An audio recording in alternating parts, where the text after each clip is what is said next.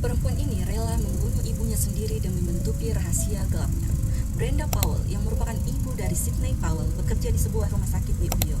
Jadi Brenda Powell ini banyak disukai oleh anak-anak guys, karena Brenda itu sangat perhatian dan kemudian sangat membantu anak-anak di rumah sakit tersebut. Pada tanggal 3 Maret 2020, Brenda pada saat itu yang sedang berada di rumah sedang melakukan panggilan telepon terhadap ofisier yang ingin memeriksa keadaan rumahnya. Dan tiba-tiba petugas tersebut mendengarkan sebuah cerita dan kemudian tidak ada suara apa-apa guys. Ia kemudian mencoba mematikan sebuah telepon, kemudian mengendal teleponnya kembali sekali lagi, tapi tidak pernah ada yang mengangkat telepon tersebut guys. Kemudian petugas itu berpikir, kayaknya ada sesuatu deh. Kayaknya ada sesuatu yang salah. Kemudian melaporkan hal ini kepada petugas kepolisian.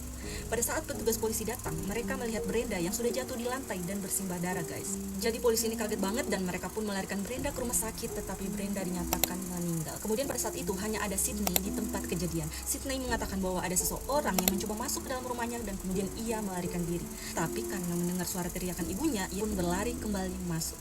Tentu saja dong, polisi tidak mempercayai cerita dari Sidney dan kemudian berulang-ulang untuk menanyainya. Karena Sidney ini sudah terdesak guys, kemudian dia akhirnya mengaku bahwa ia telah membentukkan setrika ke kepalanya, tusuknya sebanyak 30 kali.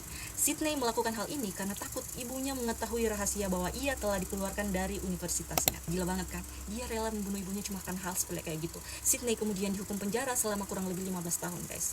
Menurut kalian pantas nggak hukuman yang diterima Sidney atas pembunuhan terhadap ibunya sendiri?